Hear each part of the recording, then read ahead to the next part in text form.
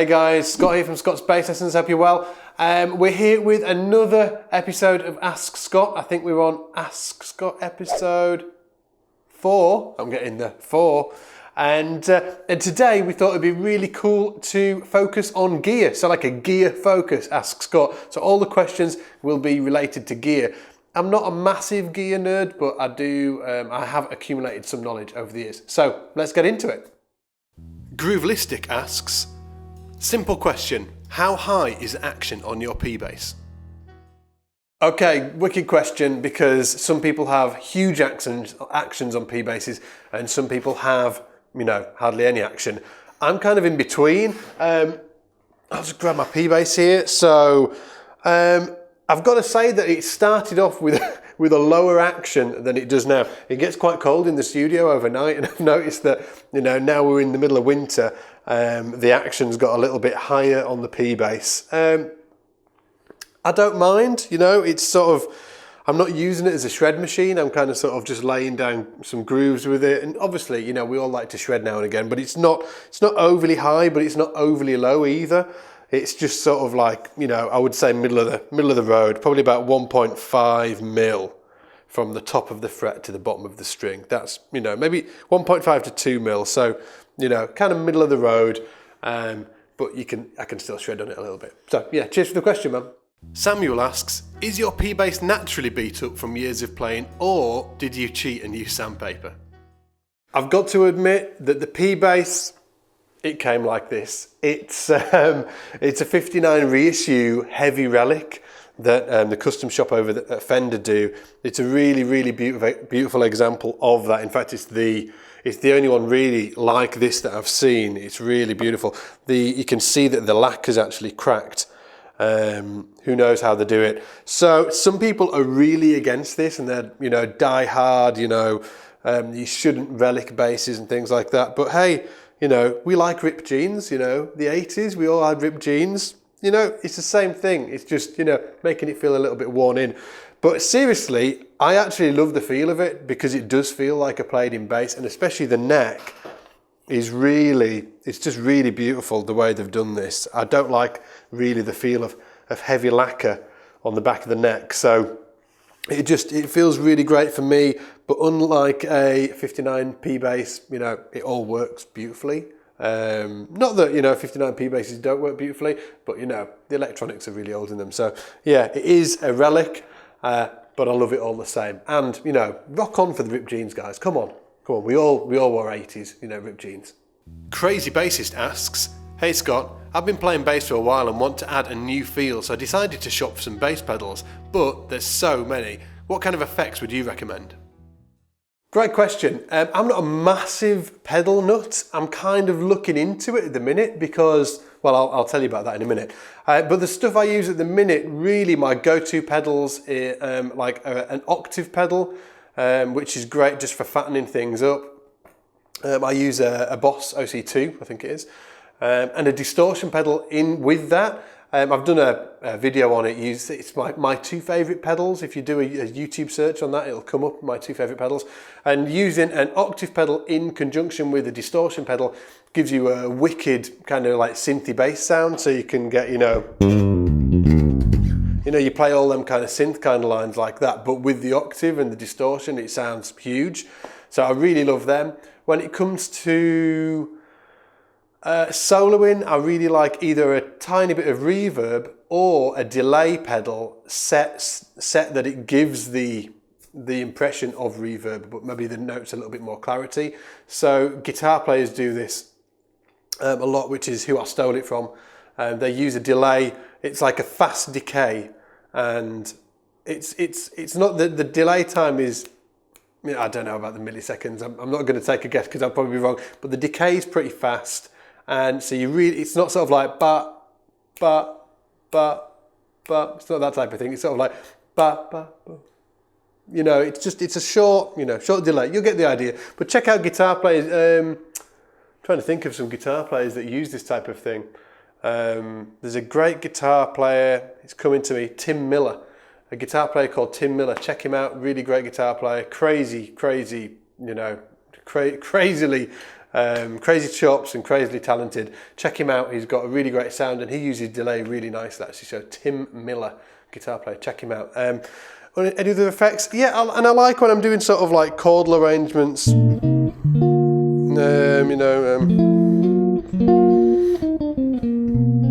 I like to, again, have that reverb and the delay on there just to sort of like fill out the sound. And something I'm looking into even more at the minute, as I've done a few solo arrangements for bass guitar that are released over the last few months, and I think I did 3 in all. And there's some more on the way. And I've kind of been turned on to guys like Steve Lawson, who is a great bass player, and he's doing like live Q&A seminars as well in the Scott's Bass Lessons Academy, so you should definitely check them out. Now Steve is a great bass player and he's kind of the man, well, one of the men that does that solo bass thing really well. He goes out and gigs on his own as a bass player, and as he says, it sounds like more like a dare. I love that analogy that he uses.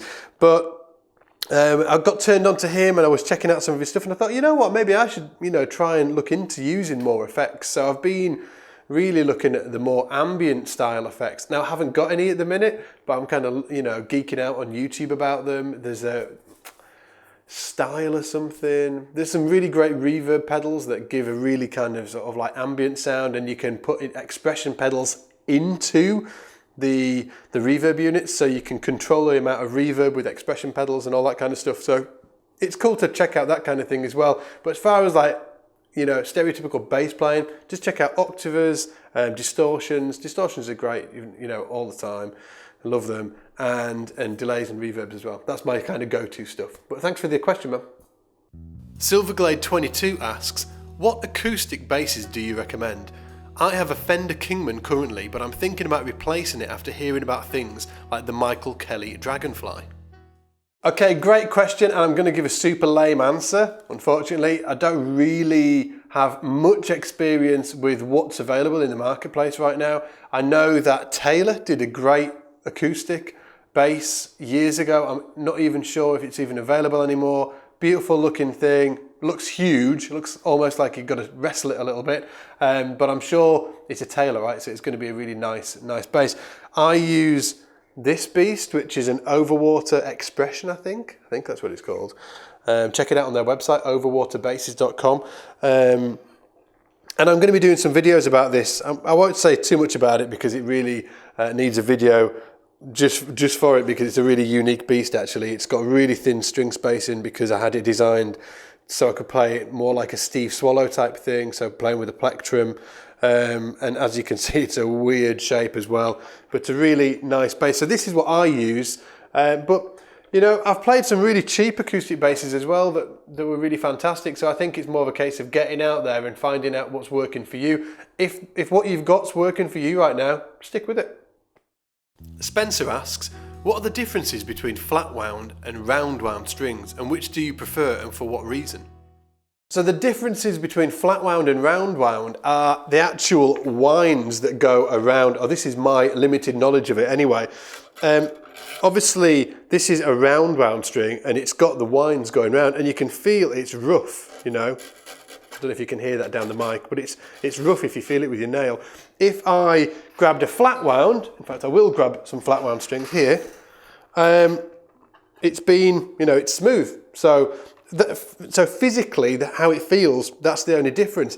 Now sound-wise, it's completely different. A flat wound gives you a really mellow, vintage type of tone. So think James Jamerson, Carol Kay, Bob Babbitt, those guys, Danny Mo Morris, Danny if you're watching, hey. So that kind of vintage tone, but it can be used nowadays, it doesn't have to be like vintage style music, it's just sort of like dirty and funky sounding. That's how I feel, it's got a kind of the dynamic response is kind of tighter on a flat wound string, so it sits really well in the mix, I find.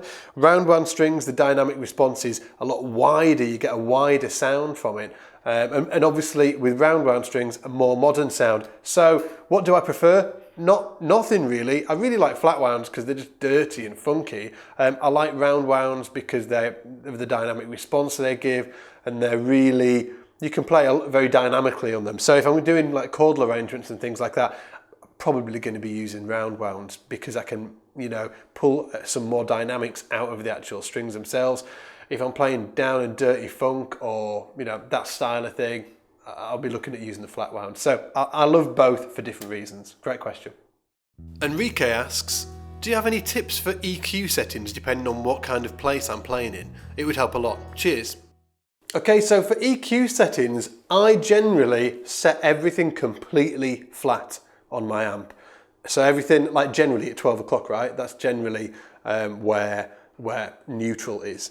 And then if you boost it, you turn it clockwise and then cut it, you can turn it anti-clockwise. So I set everything flat on any gig I do. And then I just kind of get a feel for the room, see what the acoustics are like in the room, especially if it's on a stage and the stage is hollow, that's going to come into it.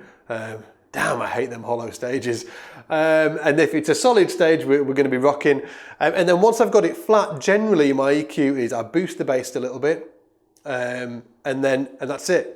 I sometimes, if I'm struggling to cut through in the band a little bit, I'll boost the low mids.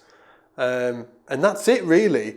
Sometimes I'm not a real massive fan of loads of treble. So if I'm getting kind of a sort of like an overly treble sound, I'll actually back off the treble a little bit. Just to give me, just a bit more of a mellow sound, a bit fatter sound. I'm really into that sort of like fat sound. So if anything, everything flat at 12 o'clock, I'll boost the bass a little bit. Possibly the low mids if I'm wanting to push through in the band a little more, and if it's a trebly kind of sort of like harsh sounding room, I'll back off the treble to maybe 11 o'clock. And that's it, easy as that. Mock Schleifer asks, what kind of things do you look for in amps? I find myself sticking to brands I know more than evaluating important features of all amps, and I seem to end up in a funk, no pun intended, with the same one or two brands over and over again. Oh man. I'm totally the same as you. I'm super lame when it comes to bass amps. I've just got to try them out. I don't really care who makes them. I've got to try it out. So at the minute, like I'm going to be using Vanderklay over the when it arrives at my house. Mark at Vanderklay. Mark's a beautiful amp maker. He's a beautiful guy. He hand makes all his cabs and hand wires all his heads. He's sending me one over at the minute. And the stuff that he sent me in the past has just been absolute standout, like really, really just sort of like above and beyond anything else I've tried. So just massive thanks to Mark. Hi Mark. But I've tried loads of other stuff which has been great as well. I've had great experiences with Mark bass, Aguilar. I've had great experience with Ampeg. I love Ampeg stuff. If I'm ever asked on a gig, if they're hiring stuff in, I generally just say Ampeg SVT because they understand what that is. If I say something like, I don't know, like a random make, they don't understand it. They're like, oh, where are we going to get that from? But yeah, so I always go Ampeg SVT if they're hiring stuff in. But yeah, I just recommend just going out and trying. Amps nowadays, they're really good. There's a lot of really great options to go for, and generally they're all great. What I would do is just be aware, and this is everybody, that guitar watts are very different to bass watts. So I like an amp with a lot of wattage. So I've got a lot of headroom. I don't want to be cranking that amp. I want to. I think, if I'm getting ahead, I'm looking sort of like 500 watts plus. That's the kind of thing I'm looking for. Like if I've played with amps that are like 200-300 watts, and I struggle with that a little bit because the headroom isn't there. So I like a lot of headroom, and I like it, beefy and loud. So great question. Hopefully that was of some help. Maybe just to know that I'm in the same situation as you, and I'm sort of like a bit lame with amps as well. So great question, man. Thanks. 1167 asks, do you still own a fretless bass? If so, are we going to see it back in action anytime soon? I do. I own this fretless bass.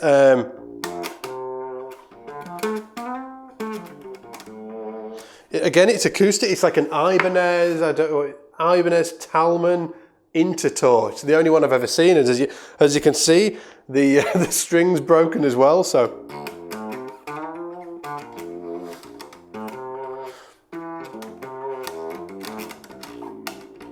But it's a beautiful bass. Fretless. I love playing fretless. In fact, many of you might not know, but I played fretless exclusively for years. It's all I played, so I feel really comfortable on a fretless. And yeah, I think, I should be doing, as I was saying earlier, I want to be doing I want to do more recording in 2015. Really, 2014 for me has been head down, pedals to the metal, and getting Scott's bass lessons, and especially Scott's Bass Lessons Academy, to that next level. So I've been really, really working hard on that. Hopefully in 2015 I'll be doing a lot more recording of my own projects, and yeah, there's going to be some fretless action, don't worry about it. Since you spoke of P versus J bass, why not PJ bass with a P body and neck? Yeah, great point. I'm a massive P bass fan. I love jazz basses as well. My honest answer to this is that I haven't tried enough of them to see if I really dig the sound. I love a PJ bass. For me, I'd probably use it all on the P or all on the J, and I'm not sure about the in-between sound. I've tried a few out and they were great.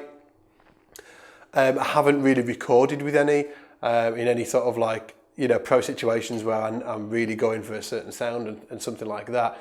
So I'm not really sure I'm that comfortable with the sound yet.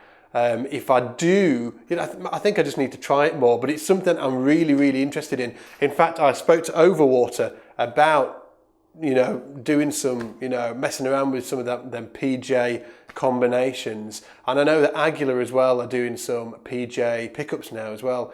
And I think it's getting the right pickups to sit well together, getting the right combination of pickups that are going to work together, not just sort of like using any old P and any J bass pickup. I think it's a real, it's a fine line, and it's definitely something I'm going to be looking into over the next few months. Okay guys, massive thanks again for coming along and hanging out with me and listening to me rabbit on about bass. I am a super bass geek, as I expect you are, because you're watching this video and you've made it to the end. I don't know what day we're on here. Monday, Tuesday? No, we're on Wednesday. What day is this on? Wednesday. Is it Christmas Day tomorrow? Yeah. Wow, it's Christmas Day tomorrow, guys. Is it Christmas Day? Yeah. Oh, it's Christmas Day. I'm going to go out and say it's Christmas Day tomorrow. And there's an awesome video coming for you tomorrow that we've done specially for Christmas Day. I hope you all have a wicked, wicked Christmas. Spend it with your family and your friends and whatever you're doing. Eat a lot of food, drink a lot of wine, and I'll see you in the shed. Take it easy.